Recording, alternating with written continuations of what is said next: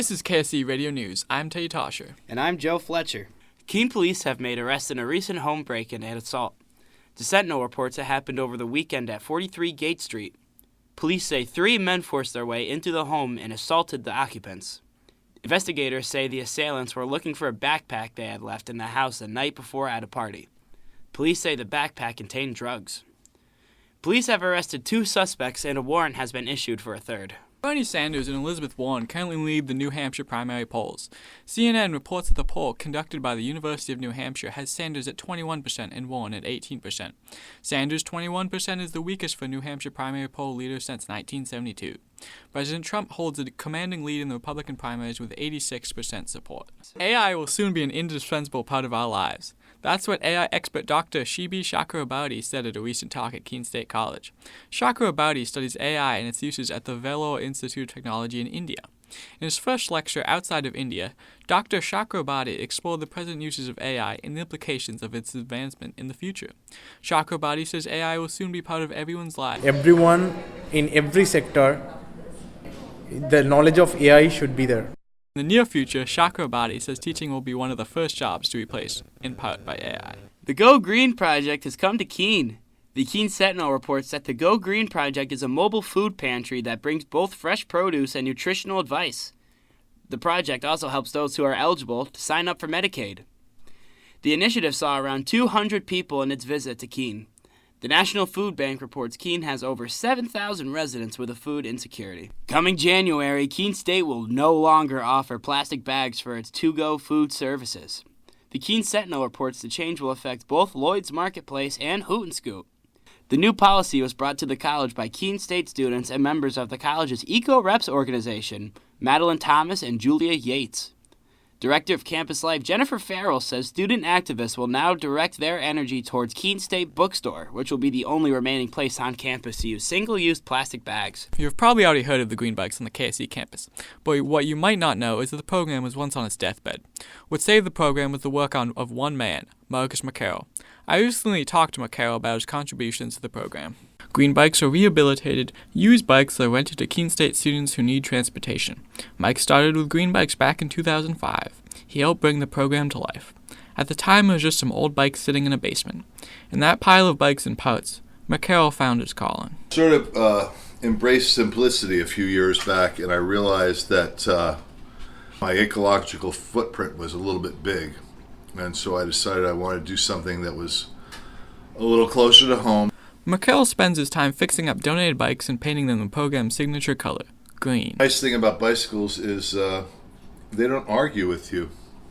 You know, and if something's broken on a bicycle, if you can't fix it, you strip the parts and you save the parts to fix another bike. He has saved more than 400, recently finishing up work on number 438. Green Bike student worker Kevin Demetrius says the McCarroll is the heart of the Green Bike program.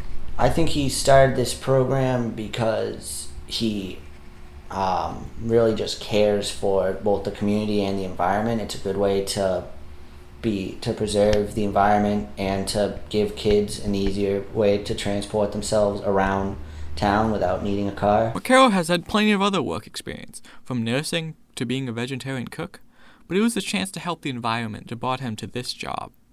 After seeing a community bike program called Recycle Ithaca Bikes, McCarroll came to Keene to find Green Bikes established, but nearing extinction. I asked my friend who worked at the college about the Green Bikes program. She said, oh, it's kind of defunct in the basement. So we went down to here and there was no lights and there was maybe 15 bikes spread out through the basement, and I started fixing them up and putting them out. McCarroll has a goal of bringing the Green Bikes program off campus to the larger community, but so far that's been a struggle. I actually tried to get the Keene City Green Bikes going for a while, and I ended up every year filing a zero IRS report, and they ended up fining me $800 one year because I filed the wrong report. And I was like, you know what? I can't do this all by myself. I was hoping that the community would sort of rush in and be like, oh, this is what we want to do, but that didn't exactly happen. Despite the numerous setbacks for Keene City Bikes, McCarroll still holds out hope for the program in the future. Tate Tosher, KSC Radio News. The Green Bikes program accepts both working and broken bikes to keep the fleet going. The Capital Arts Fest has returned to Concord. The League of New Hampshire Craftsmen have put on their annual craft fair for a third time this October. The festival blocks the south side of Main Street, allowing people to roam on both sides. Artists and vendors include jewelry such as earrings, wall art such as paintings, and decorations such as ornaments. Despite the growing crowd, the tents were not overcrowded and everything moved in an orderly fashion. Artist Jonathan White says he comes back every year because of the festival's quality. I think it'll carry it on. I mean, a show it's well organized, and it takes a while to grow a show because you're building a show on tradition.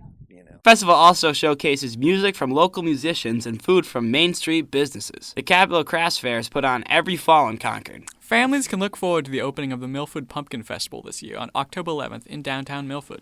KSC Radio's Austin Cook reports that there will be some noticeable changes to this year's festival. The Milford Pumpkin Festival attracts just over 30,000 people a year, but returning visitors will notice one thing is absent this year: no fireworks. That's a disappointed a few people. We had it for safety reasons, the reason why we didn't do it this year. We are looking at bringing them back next year. It's just a 1-year hiatus. Also absent this year, amusement rides. Despite those changes, Sarah Wright says she's still going. I think that's really great, the consistency, so that we, between all the booths, we get to build like a community within that as well. Wade Campbell says even though there will be no fireworks or amusement rides, there is still food and one of the main attractions of this year's festival, the stamp release. The United States Postal Service is here. They're in town. It's a date of issue, so it's a first issue stamp called Spooky Silhouettes that they're putting on. It's a really big thing. Even though some of last year's attractions won't be there, the festival still brings the community together and attracts a large crowd for our local businesses. Austin Cook, KSC Radio News. The Milford Pumpkin Festival is celebrating its 30th year anniversary. Music is connecting Keene with its sister city across the Atlantic. I recently went to the concert featuring singers from Keene and Einberg, Germany.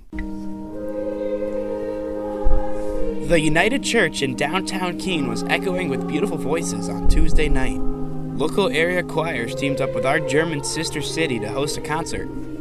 Singers from Einberg, Germany, Keene State, and Keene High School performed at the United Church of Christ in Keene on Tuesday. Tenor soloist Dan Carberg says this concert has been great for the community.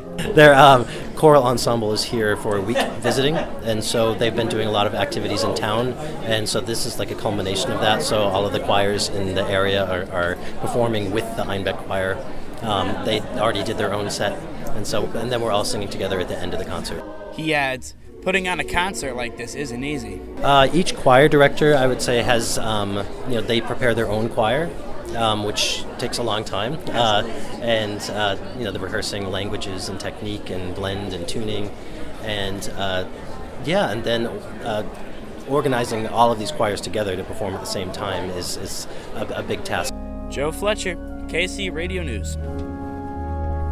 Keene and Einberg have been sister cities since 2002. This has been KSC Radio News. I'm Tay Tasha. And I'm Joe Fletcher. Thanks for listening.